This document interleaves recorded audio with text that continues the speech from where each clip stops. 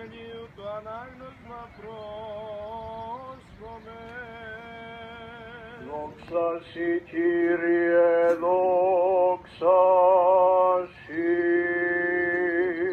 Το καιρό εκείνο ήρθε ο Ιησούς εις Καπερναούμ, αυτός και η μήτηρα αυτού και οι αδελφοί αυτού και οι μαθηταί αυτού. Και εκεί έμειναν πολλάς μέρας και εγγύσιν το Πάσχα των Ιουδαίων και ανέβη εις Ιεροσόλυμα ο Ιησούς και έβρεν εν το ιερό τους κολούντας βόας και πρόβατα και περιστεράς και τους κερματιστάς καθημένους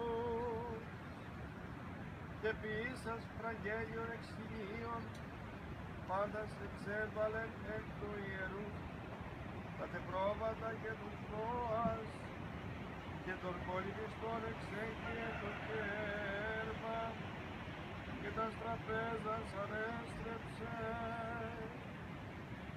και της τας περιστεράς πολλούσιν είπε άρατε ταύτα εντέχθεν μη ποιείτε τον οίκον του πατρός μου οίκον εμπορίου.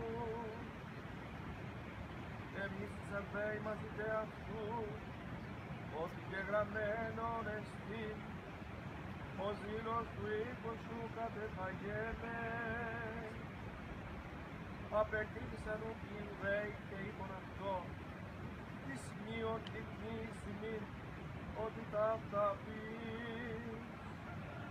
Απεκρίθη ο Ιησούς και είπεν αυτοίς λύσετε των ναών τούτων και εν τις ημέρες εγερώ αυτό. Είπον ουκ οι Ιουδαίοι 40 και 6 έτεσιν οκοδομήθη ο ναός τούτος εσύ εν τις ημέρες εγερείς αυτό. Εκείνος δε έλεγε περί του ναού του σώματος αυτού. Πότε ούν γέρθη εκ νεκρών και νίκησαν οι μαθηταί αυτού ότι τούτο έλεγεν αυτοί